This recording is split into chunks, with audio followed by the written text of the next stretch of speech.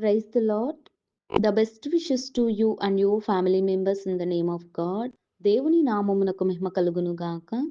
దేవుని నామం పేరిట మీకును మీ కుటుంబ సభ్యులకును శుభాభివందనములు. ఈరోజు దేవుని వాగ్దానం. Today God's promise. ఆయన మిమ్మును గూర్చి చింతించుచున్నాడు గనుక మీ చింత యావత్తు ఆయన మీద వేయుడి. 1 పేతురు రాసిన పత్రిక 5వ అధ్యాయం 7వ వచనం. Casting all your anxieties on him because he cares for you. 1 Peter chapter 5 verses 7. క్రీస్తునందున్న ప్రియమైన సహోదరి సహోదరులారా, ఈ శ్రేష్టమైన ఉదయకాల సమయంలోను దేవుడు మనందరితో కూడా తెలియజేస్తున్న మాట, ఆయన మిమ్మును గూర్చి చింతించుచున్నాడు గనుక మీ చింత యావత్తు ఆయన మీద వేయుడి అని దేవుని యొక్క వాక్యం ఈ రోజున సెలవిస్తోంది. చూడండి, ఈ రోజుల్లో చాలా మంది దుఃఖపడతారు, వేదన పడుతూ ఉంటారు.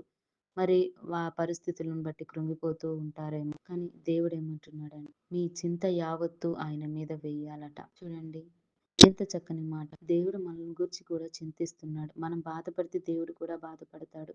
కనుక అందుకే దేవుడు అంటున్నాడు, దేవుని యొక్క వాక్యం సెలవిస్తోంది కనుక మనకున్న ప్రతి ఒక్క పరిస్థితి దేవుని చింతకు అప్పచెప్పి మనం ప్రార్థించుకొని ఉన్నట్లయితే దేవుడు తప్పకుండా మన ప్రార్థనకు జవాబునిస్తాడు. ఆయన మన పట్ల ఎంతగానో నిరీక్షణ గలవాడే మనల్ని చూస్తున్న దేవుడై ఉన్నాడు.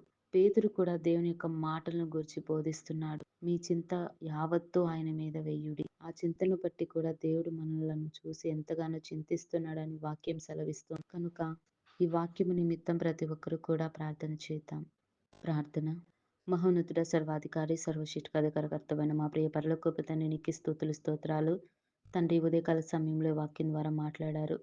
ప్రభువా నాయన, ఎవరు ఏ బాధల్లో ఉన్నారో, కష్టాల్లో ఉన్నారో, ప్రభు శ్రమల పాలైపోతున్నారేమో దేవా, వారి యొక్క చింత యావత్తు నీ మీద వేసే కృప దయచేయండి. ప్రభు, వారి యొక్క బాధను చూచి నీవు కూడా దుఃఖిస్తున్నావేమో తండ్రి.